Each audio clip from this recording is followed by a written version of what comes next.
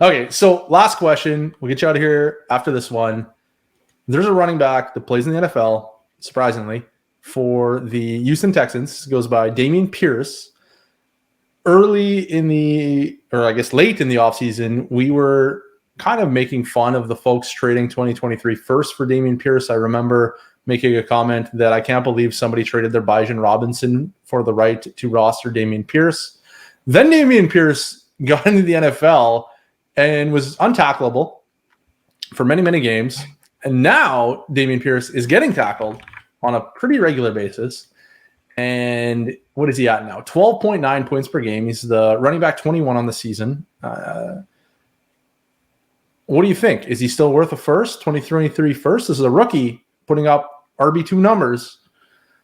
Or are you running for the hills because... Well, we both know he was never worth a first. And he also is not really putting up RB2 numbers. I don't believe he's even top 20 in points per game. He wasn't coming into the week. I don't believe he is coming out of the week. He's probably at RB 23, 24 right now. Like, he's not even an RB2 in points per game, Dameon Pierce. Like, I don't know how you could keep this guy on your roster, right? Let's say you're competing. Like, you just go after a veteran guy like Joe Mixon, say, who's been injured. See if you can get a guy who's actually been performing at a high level on the field. We talk about the age difference. If you can't see by now, if you're playing Dynasty football, that age means nothing in the middle tier of the running backs. It means absolutely nothing. Dameon Pierce is just as fragile as Joe Mixon in that middle tier, because all it comes down to is production. Like, the second you stop producing, your value goes down.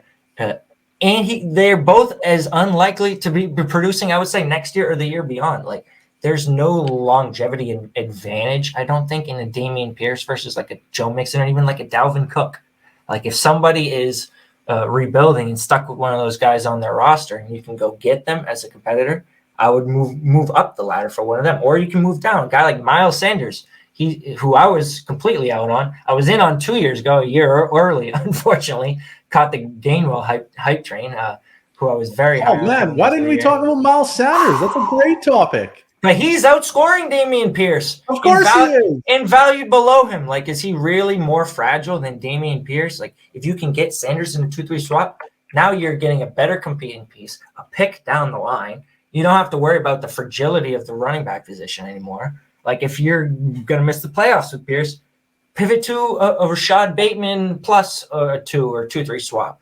Calvin Ridley plus a 2. Like, don't let those rebuilding pieces sit on someone else's roster where you can push Dameon Pierce on them, who's like not even producing as an RB2 right now. Man, you threw me off because you brought up Miles Sanders. I had completely forgotten about our Miles Sanders debate. I completely so for those that are not, that one hurts. Patreon, I need to let everyone know what normally happens in the Patreon is I'll go say something. And then, like, all the analysts come in and pile on me about how wrong I am. And David never does. David never comes in to pile on about me. I appreciate it so much. He only comes in to tell me how smart I am about George Pickens, except this one time. There's one other time. There's been a George Pickens, invasion, and then there was a Miles Sanders invasion. What happened on the Miles Sanders thing? You said that Miles Sanders has projectable upside and that Nick Chubb doesn't. And I was not having any of that, especially with Kenneth Gainwell, who was destined to own the receiving role at this point, who was going to eat into the rushing volume and who has done absolutely nothing this year, basically been a third string handcuff. All right, fine. You win. Miles Sanders does not catch passes. He's got like 60 receiving yards this year. I believe that's somewhere around 5.5 per game. But he's in a great offense that scores a shitload of touchdowns, and you could have seen that one coming. But he's getting a 68.7% opportunity share because that's what he's always had other than when he came back from his injury last year. That was my stance on Miles Sanders. And that he would score touchdowns. I remember distinctly you told me he wouldn't score touchdowns. He scored touchdowns. He's got like... I didn't say he wouldn't score touchdowns. I said Kenneth Gainwell is going to steal the receiving work, and he's also going to lose rushing touchdowns to Jalen Hurts, which is entirely... untrue, but I also underestimated how many touchdowns that offense was going to score in general, which your is fatal flaw was quite a few. Doubting the Philadelphia Eagles being the best offense. Hey, that's not even it, because I'm the biggest Jalen. I thought Philadelphia was going to be freaking great. But I just thought it was going to be everybody but Miles Sanders, and I just was not. Okay, let's go back to Dameon Pierce. I'm sorry to take us off track. You just threw me off with the Miles Sanders inclusion. Dameon Pierce. Here's some trades for Dameon Pierce. I want to know which side you're on. These are December 5th. So today, trades for Dameon Pierce as of today.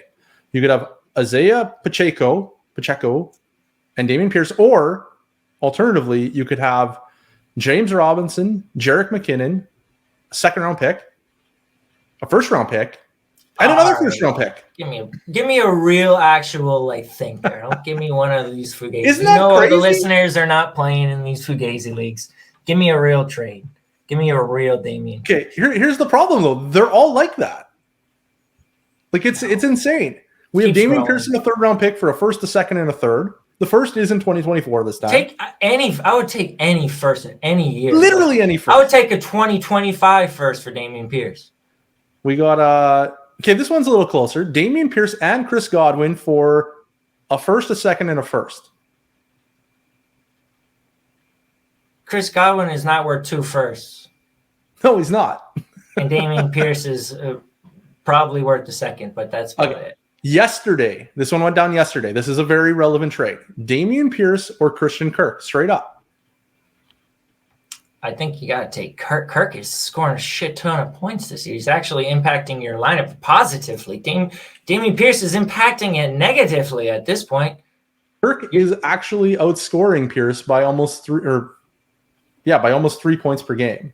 Take Kirk and then trade a 3 for Zonovan Knight. You're just much better off in the long run. Here's the hilarious thing about it. Kirk is only 26 years old. Pierce is 22. So we have basically the same amount of years left.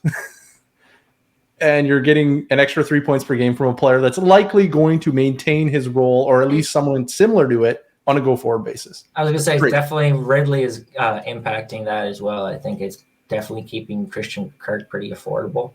And you don't seem concerned at all about Calvin Ridley ruining the Kirk party next year. Well, I think it'll probably bring it down a notch, but I think the offense will be better as a whole. We'll get kind of that Peter steals to pay Paul kind of thing. But yeah, I think Kirk is probably not going to alpha Calvin Ridley next year. I don't think that's likely.